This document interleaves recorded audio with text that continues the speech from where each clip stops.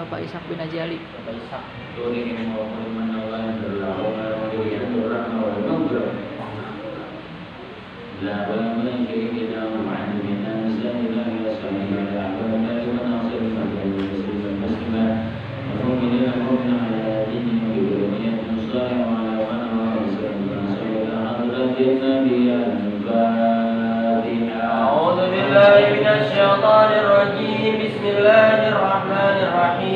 Alhamdulillahi rabbil alamin arrahmanir rahim maliki yaumiddin iyyaka na'budu wa iyyaka nasta'in ihdinas siratal mustaqim siratal ladzina an'amta 'alaihim ghairil maghdubi 'alaihim waladdallin.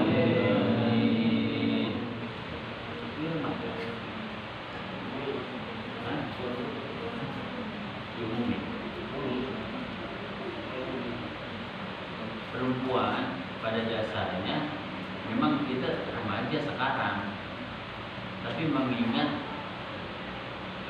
saya pikir kamu ini ikut hadir di awal waktu para orang tua yang sedang menjalankan hidup khusus hadir dengan kita Mukarram remaja Muslimin Ustaz Doki, Ustaz Ismail, Ustaz Fadil, Ustaz Arfan, Ustaz yang lainnya. Mohon maaf yang saya tidak bisa namanya satu persatu, namun juga mengurangi rasa hormat dan takzim saya. Hadirin dan hadirat yang saya menjalani puji syukur kepada Nahdlatul segala nikmat Allah berikan kepada kita sehingga kita kembali berkumpul di majelis taklim dan musyawarah, majelis taklim al-barakat di setiap malam ahad ini. Mudah-mudahan langkah kita dari jauh kedua yang tangan kita yang cukup banyak dihitung oleh Allah Subhanahu wa taala selama ibadah dan oleh kita pulang dari dunia ke akhirat kelak. Salam dan salam dicurahkan pada Nabi Muhammad sallallahu alaihi wasallam. Semoga kelak wajah kita dikenal oleh Rasulullah dan kita masuk surga di bawah naungan Rasulullah sallallahu alaihi wasallam. Kembali saya informasikan bahwa seharusnya memang ini pengajian remaja, akan tetapi pengajian remajanya diundur di minggu yang akan datang mengingat banyak acara yang akan kita laksanakan pada malam hari ini. Salam kepada sahabat kalian yang hari ini belum memiliki kesempatan untuk hadir, maka minggu besok kita semarakan untuk hadir bersama melaksanakan pengajian bulanan. Kita jawab insyaallah.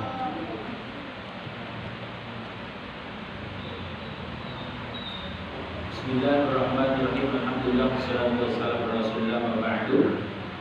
Pelajaran kita di kitab Safinatul Najah sampai di mana?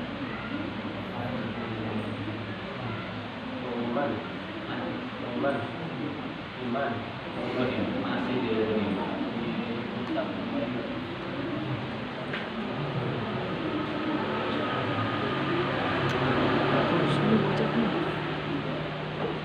Belum dilanjutkan dengan rukun iman. Rukun iman ya? Iman di kitab.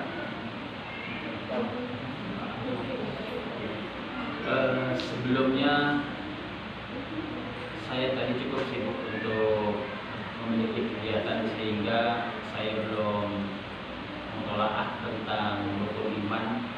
Oleh karenanya khawatir nanti saya takut untuk menjelaskan yang salah. Maka malam ini kita tidak bahas dulu tentang rukun iman. Insyaallah di minggu-minggu yang akan datang baru kita bahas tentang rukun iman. Karena sekali lagi saya belum menelaah, saya belum membaca kitab, buka hadis dan sebagainya, takut ada yang salah. Maka hari ini kita memilih ke lain bab saja. Hadirin yang dimuliakan oleh Allah Subhanahu wa taala,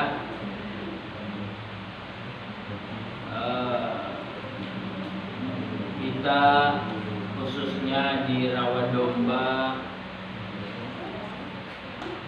banyak mendengar orang tua ataupun sahabat kita atau adik kita atau anak kita yang menjadi suatu pelajaran bagi kita buat orang-orang yang hidup. Orang Rawadomba minggu lalu 2 orang dipanggil oleh Allah Subhanahu wa taala. Yang pertama biasa kita kenal seorang guru yang kita tuakan, almarhumah Ustazah Hajah Muria, biasa dikenal dengan Haji Cimur. Cukup tua beliau telah dipanggil oleh Allah Subhanahu wa taala.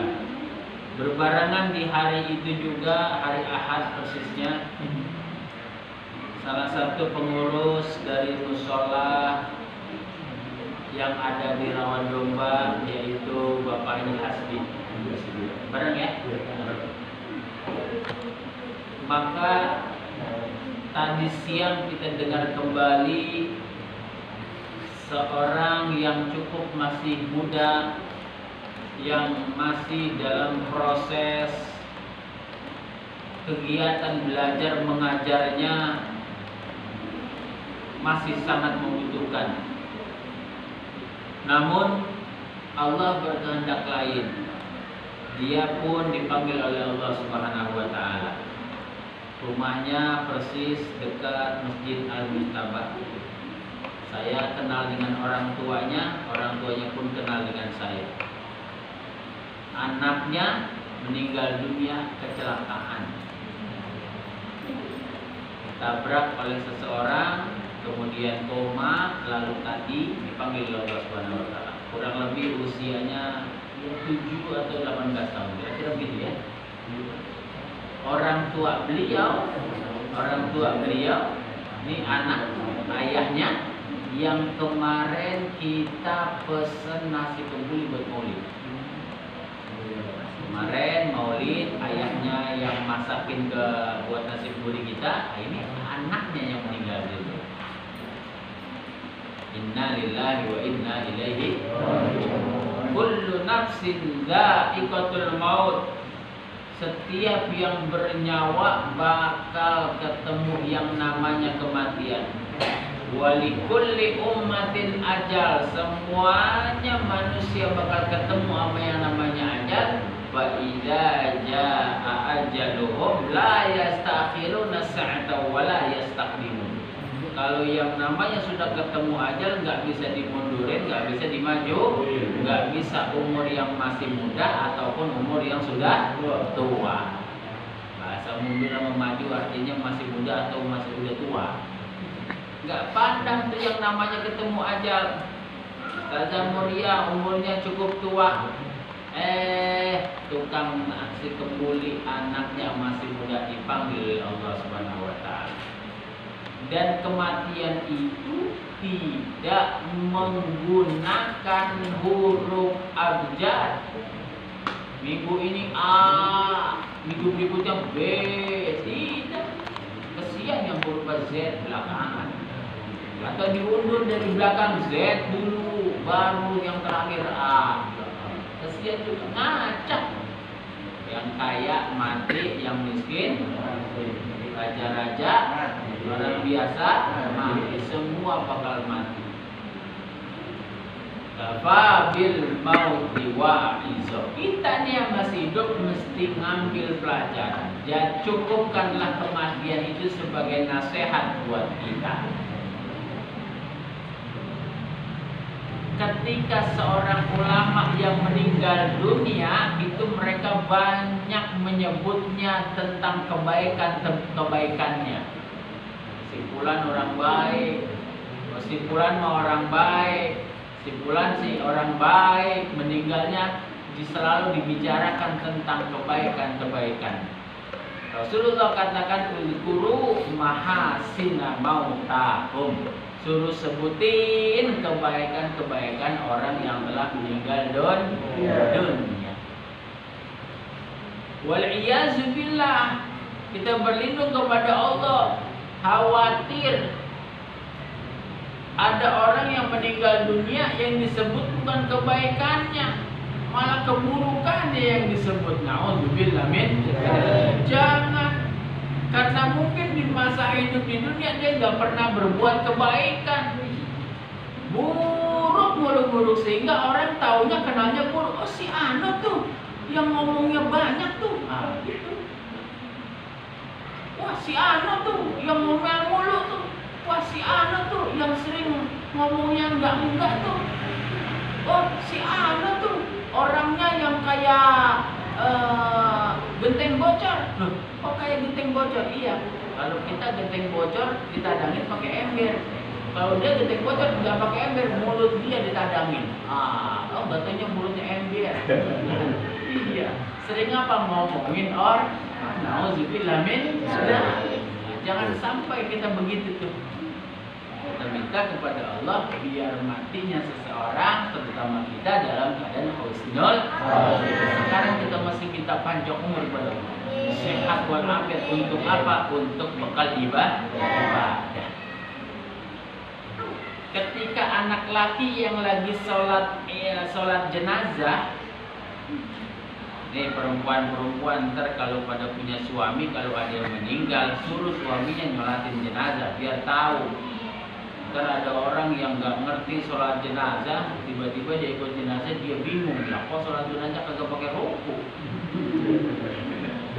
Pernah ada cerita soalnya begitu. Suatu ketika ada orang yang meninggal dunia, udah ramai itu orang di dalam masjid, tiba-tiba ustadznya di tubuh nggak datang, sakit. Tiba-tiba ada orang yang cuma menang jenggot doang. Wah ini kali ini ustadznya nih. Wah ini kali ini ustadznya nih. Akhirnya apa, itu orang yang jenggot suruh maju ke depan. Dan dia bingung, kagak biasa sholat jenazah. Akhirnya dia majulah ke depan, jadi pemimpin sholat jenazah. Allahu Akbar, sebagaimana imam adanya di depan, makmum ada di belakang. Tiba-tiba habis sembahyang, tiba-tiba setelah dia takbir baca Fatihah, dia ruku. Makmum mesti ngikutin imam, diruku aja lagi tuh makmum pada. Ya, udah selesai duduk, assalamualaikum. Ada yang nanya, Pak Ustadz, kok sholatinnya pakai ruku? Kan ini jenazah. Wah, dia bingung ditanya begitu. Bukan Ustadz. Dia jawab dengan akal dia. Iya, anak sengaja pakai ruku karena anak tahu ini jenazah banyak dosanya. Begitu aja. Iya. Masih menang juga dia. Iya, menang juga. Jenazah katanya banyak doanya, harus pakai ruku, nggak cukup diri doang.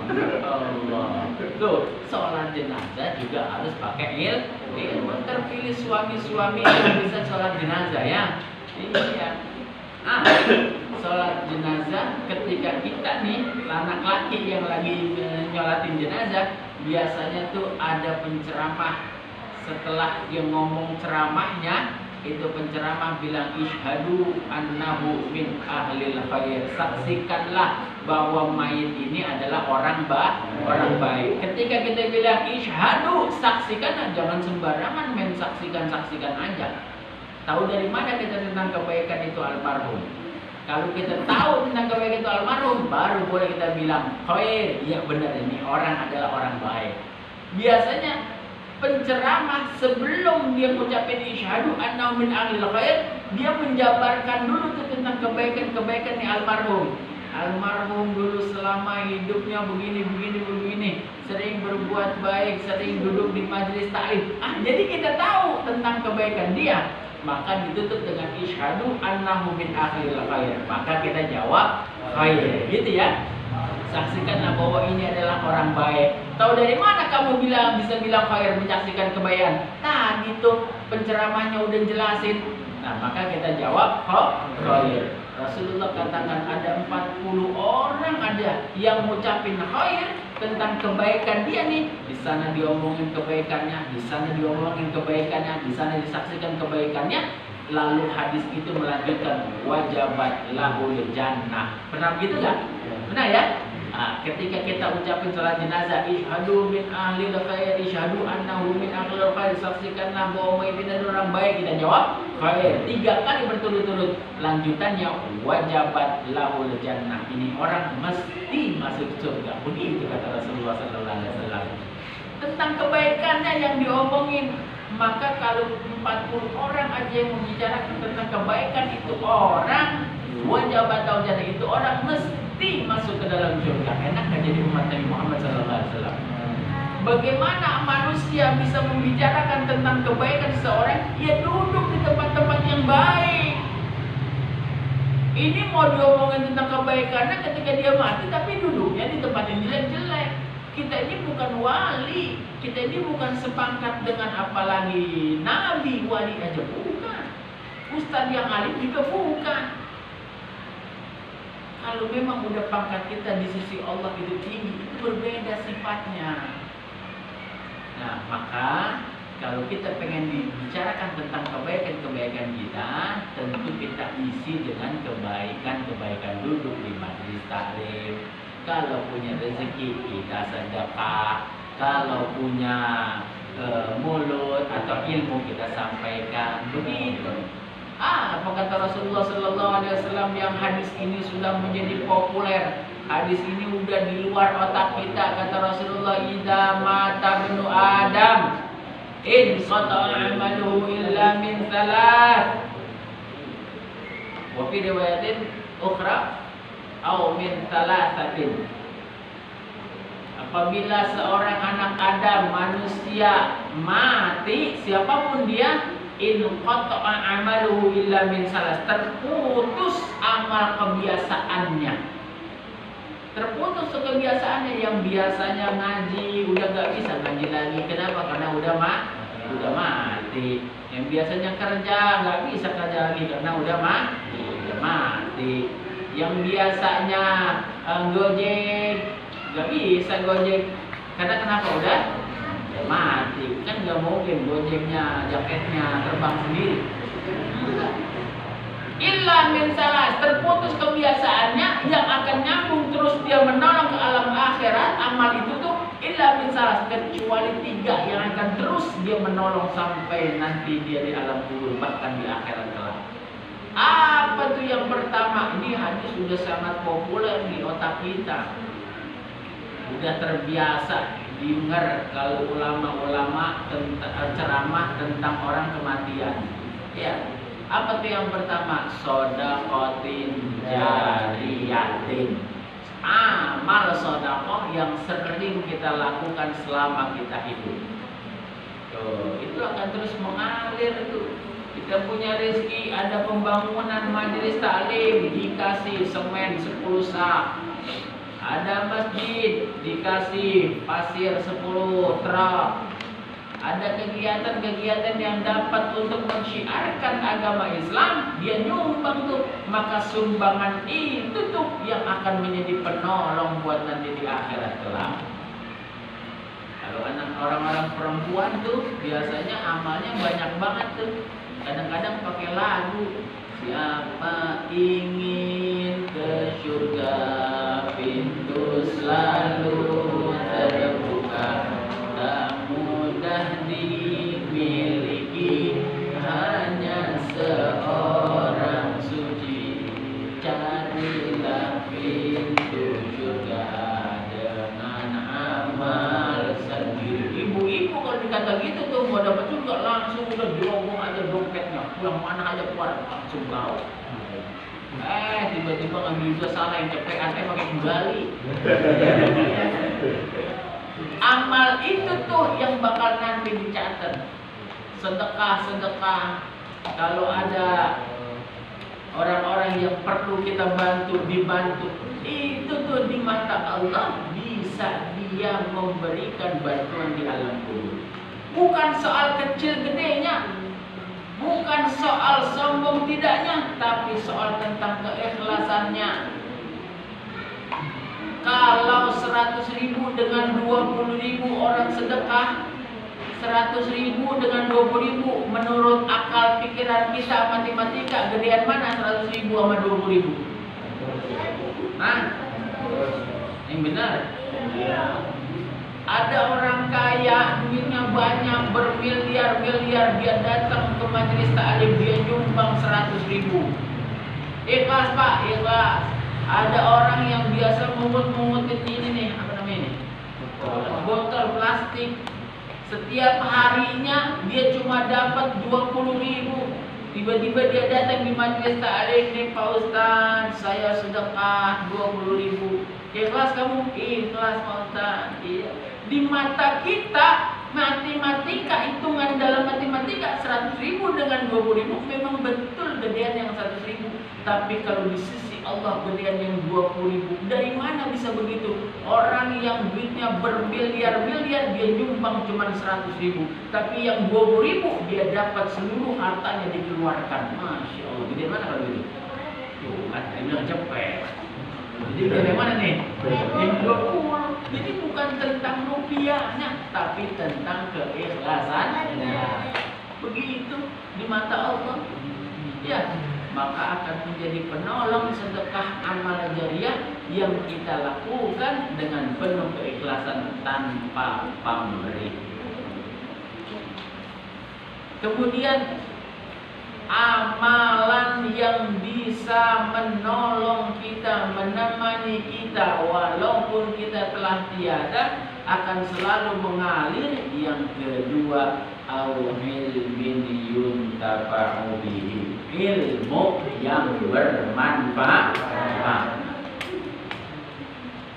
Kalau kita cuma bisa sekedar bismillahirrahmanirrahim lalu kita ajarin kepada orang-orang yang gak ngerti, manfaat. Berapa banyak orang yang cuma bisa baca bismillah doang tuh, lalu dia ngajarin orang yang gak bisa baca bismillah, kemudian minta diajarin, kan cakep. Orang ada yang baca bismillahnya masih belum bisa, dia gak kenal dengan alif lam jalalah. Begitu ketemu dengan alif lam jalalah, lafaz Allah, dia baca bismillah. Padahal nggak boleh dibaca bismillahirrahmanirrahim walaupun di situ lafaz Allah.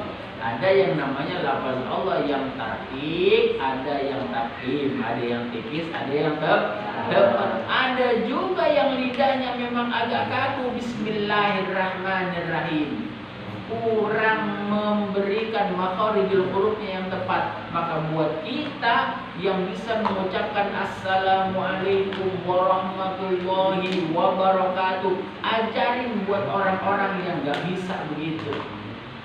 Maka ilmu yang disampaikan begitu tuh, yang tadinya berisalamnya gak benar, assalamualaikum warahmatullahi wabarakatuh, kemudian kita ajarin jadi assalamualaikum warahmatullahi wabarakatuh, dapat pahala, kita mengalir terus ilmu yang kita berikan. Berapa banyak Fatihah juga orang udah diajarin masih nggak ngerti juga baca Al-Quran. Sirotol udah diajarin begitu tuh dia bacanya sitolol lah. Sirotol sitolol. Dia nggak bisa tuh. Tiba-tiba dia bisa ngucapin sirotol ladina, maka dia akan dapat pahala. Begitu. Jadi balighu anni walau ayat, sampaikan walaupun hanya sekedar satu ayat. Boleh. Maka ilmu itu akan mengalir, bisa membantu kita nanti di akhirat kelak. Saya ajarin si pulan punya anak, nanti ajarin lagi anak-anaknya, itu pahalanya akan nyampe ke saya dan nyampe ke guru-guru saya. Itu namanya ilmu yang manfaat. Itu jangan diajarin anak-anak kita malah ke mall, ya nongkrong di BKT. Ya Allah, tuh anak-anak kita kadang-kadang tuh. Ada seorang wali namanya Syekh Maula Ad-Dawilah. Seorang wali namanya Syekh Maula Ad-Dawilah, salah satu ulama yang ada di Yaman. Anaknya 17. Anaknya berapa? 17. Menurut biografi yang kita baca, itu Syekh Maula Ad-Dawilah 10 anaknya laki, 7 anaknya perempuan. Semua 17-17-nya jadi seorang wali semuanya. Masya Allah. Bagaimana itu Syekh Maula Ad-Dawilah bisa mencetak anak keturunannya jadi wali semuanya? Dia baca hikayat Syekh Muhammad Saman. Dikatakan di situ, barang siapa yang memakan makanan wali bakal ketularan jadi wali. Apa tuh makanan wali? Bukannya pisang yang ada di depan kita, bukannya gemplong yang biasa kita makan. Itu mah biasanya kita makan bentar di rumah. Makanan wali yaitu zikir. Maka dicoba oleh Syekh Maula Ad-Dawilah, mulai dari jadi pengantin baru, dia baca itu sambil musab-musab perut istrinya, baca sholawat sebanyak 30.000, maka itu jadi seorang wali anaknya. 30.000. Kata yang pojokan itu pengantin baru baca 30.000 keburu subuh. Saya udah coba sama istri saya bulan Ramadan 30.000, baru dapat 5 udah ngantuk. Berat didik biar jadi anak yang soleh. Susah didik seorang keturunan kita biar jadi wali. Maka biasain lidah kita untuk berzikir kepada Allah. Ajarin anak-anak kita untuk mengenal ilmu. Yang ketiga, poin yang selalu mengalir pahalanya ketika seorang hamba sudah meninggal dunia, awaladin sholihin yad'u lahu. Anak yang soleh yang selalu mendoakan kedua orang tua lah. Anak yang soleh susah didiknya, apalagi di zaman sekarang. Ya Allah, HP nggak pernah ketinggalan. Sedangkan di HP mau cari apapun di situ ada. Tantangan buat orang tua untuk mendidik anak yang soleh. Masya Allah. Ya, bukan anak yang toleh. Kalau anak yang toleh itu anak yang kebangsak. Ini anak yang soleh, yang selalu berbuat baik, itu akan bisa menolong nanti dia di alam kubur untuk orang tuanya. Mendidik anak yang soleh tidak mudah membalikan sebuah tangan.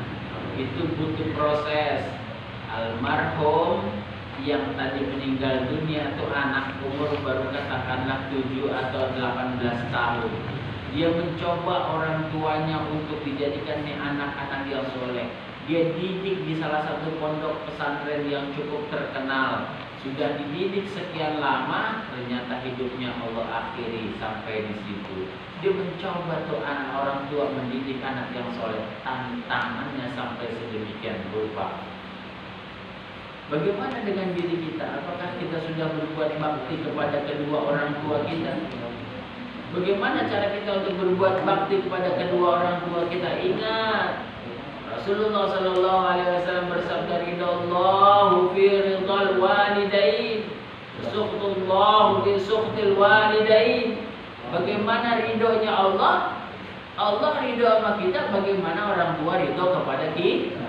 Kalau orang tua ridho kepada kita, insya Allah Allah ridho kepada kita. Sebaliknya, kalau orang tua murka sama kita, benci sama kita, gedeng aja bawaannya gedeng, maka Allah pun akan kesel sama kita, maka Allah pun akan benci sama kita. Na'udzubillah min dzalik. Maka sering-sering kita ingat kebaikan-kebaikan kedua orang tua kita. Amalatuhu ummuhu wahnan ala wahnin. Itu seorang tua ketika sedang dihamili kita itu makin lama makin berat rasanya. Kemana aja dibawa, enggak ditaruh.